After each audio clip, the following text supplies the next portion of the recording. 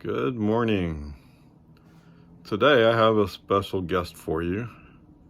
So my guest driver today is Jill Macko.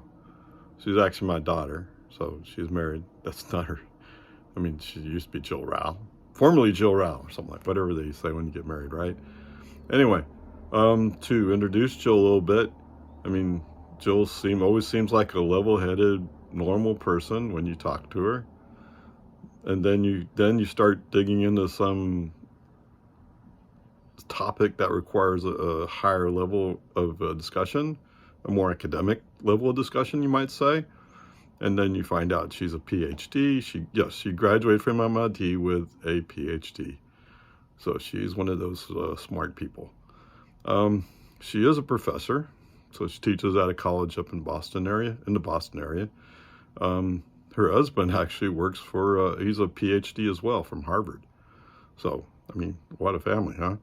So anyway, with that introduction, as it turns out, I didn't know this. I mean, when it comes to the technical details of what she does, it's usually above my head, so she doesn't go into it a whole lot.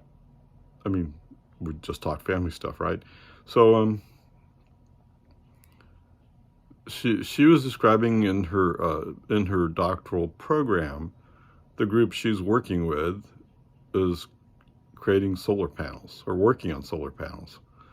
And so I think she said one of the people had a Prius and the others were talking about EVs made some sense, but then there's some concerns about, where do you get the minerals from and all that kind of stuff. Very, very interesting. I don't think in the video she's going to go into it much in depth.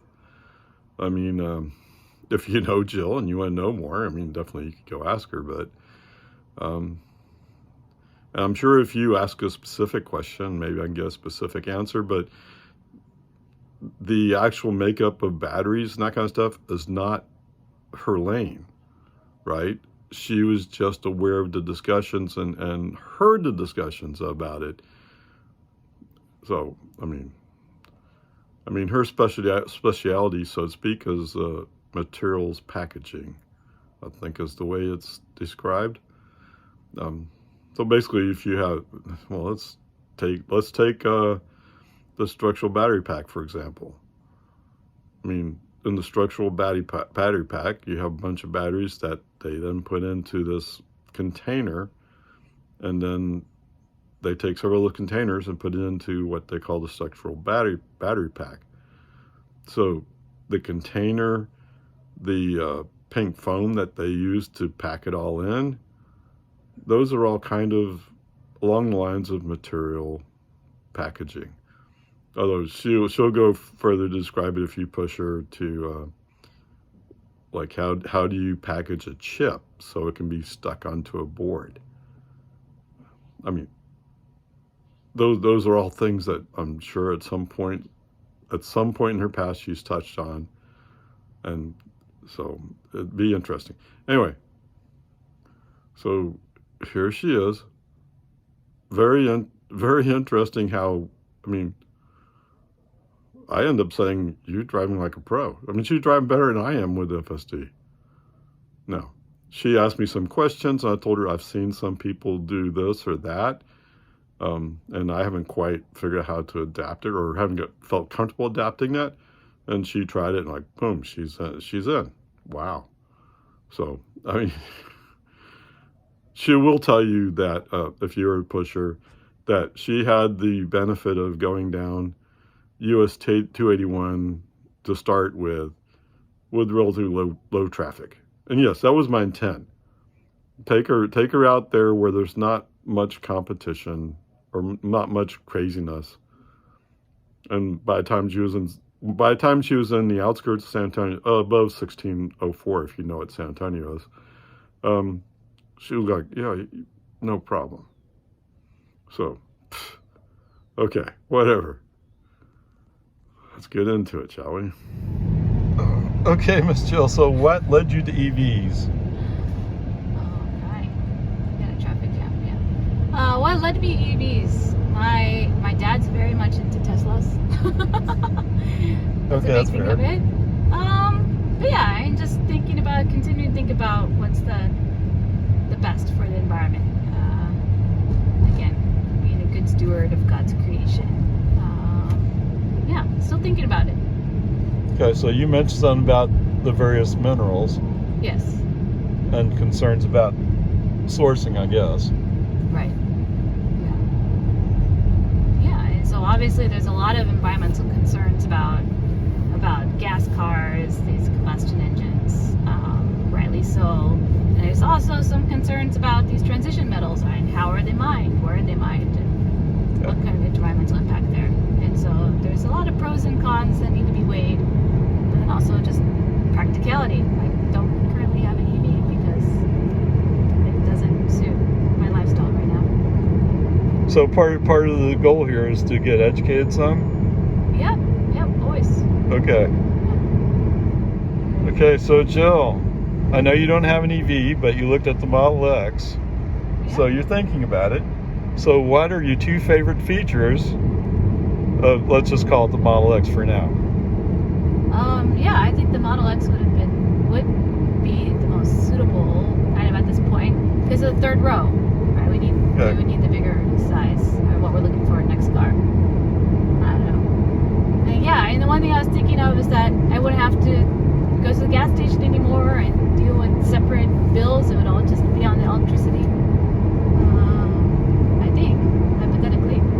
I don't know. My son really enjoyed the screen in the back. You could watch YouTube while waiting in traffic or something. Yes. Okay, that works. Like that. Yeah.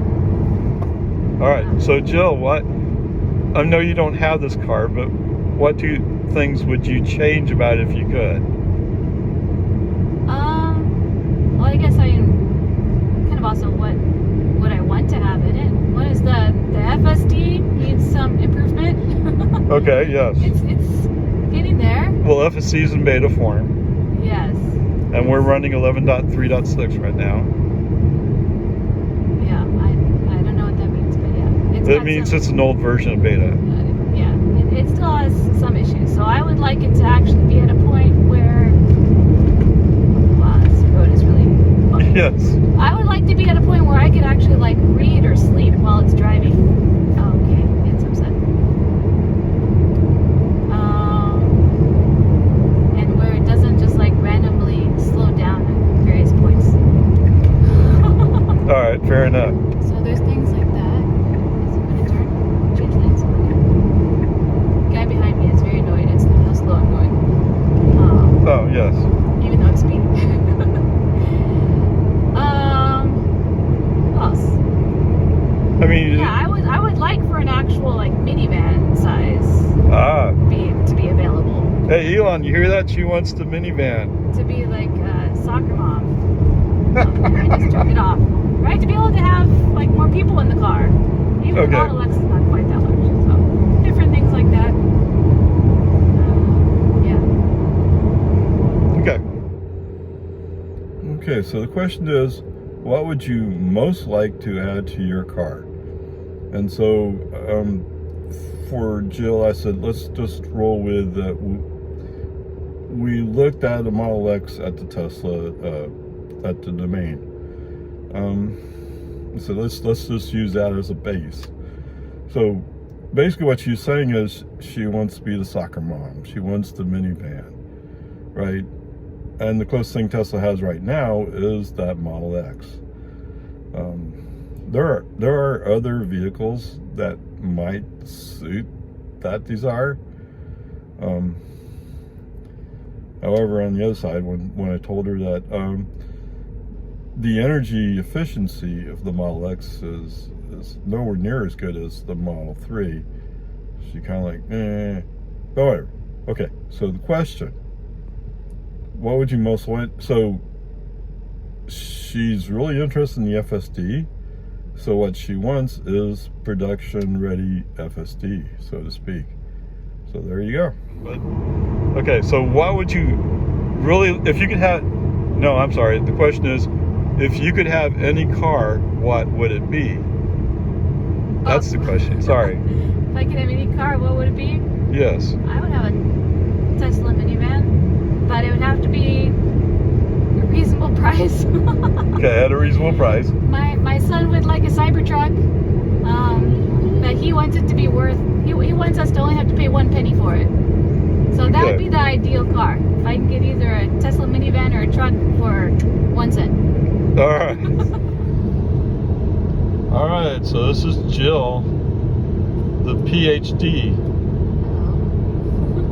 So her answers may be more detailed than you might expect. So, Miss Jill, 10 years ago, what was your exposure to EVs? Gotta go back 10 years. 10 years ago. Let me close to the car. Okay. So I'm driving FSD, so I'm a little bit distracted. Yeah. 10 years ago, I was in grad school. My PhD advisor. Oh man, we got traffic in front of us. Yeah, we got traffic. So it's going to be a while. It's fine.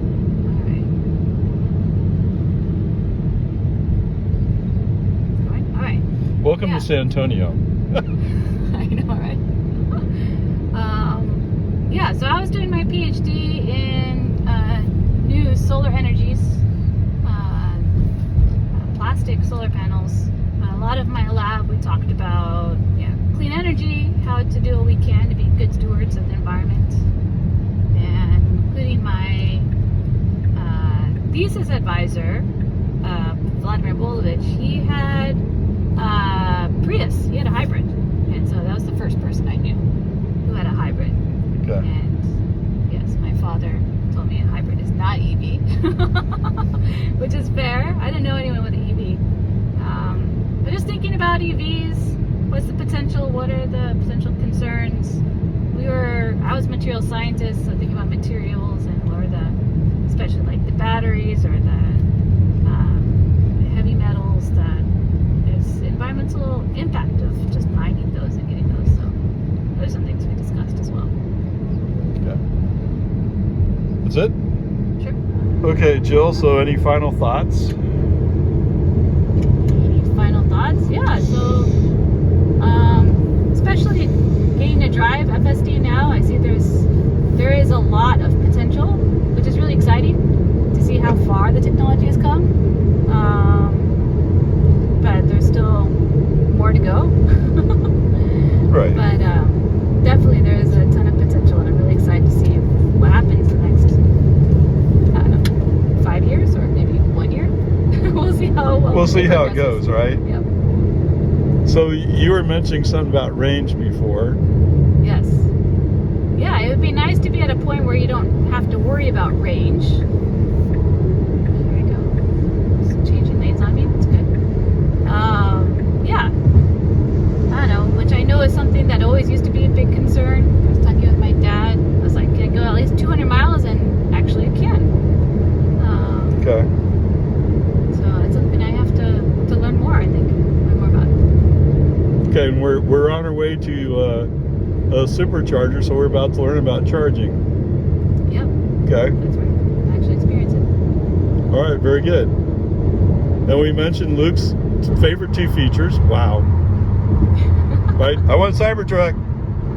And that rear screen of Model X. Okay. Yeah, he thinks the Cybertruck looks cool.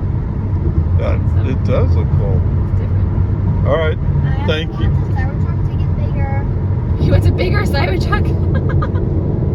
I think it's pretty big. It's already pretty big. Okay. We'll see.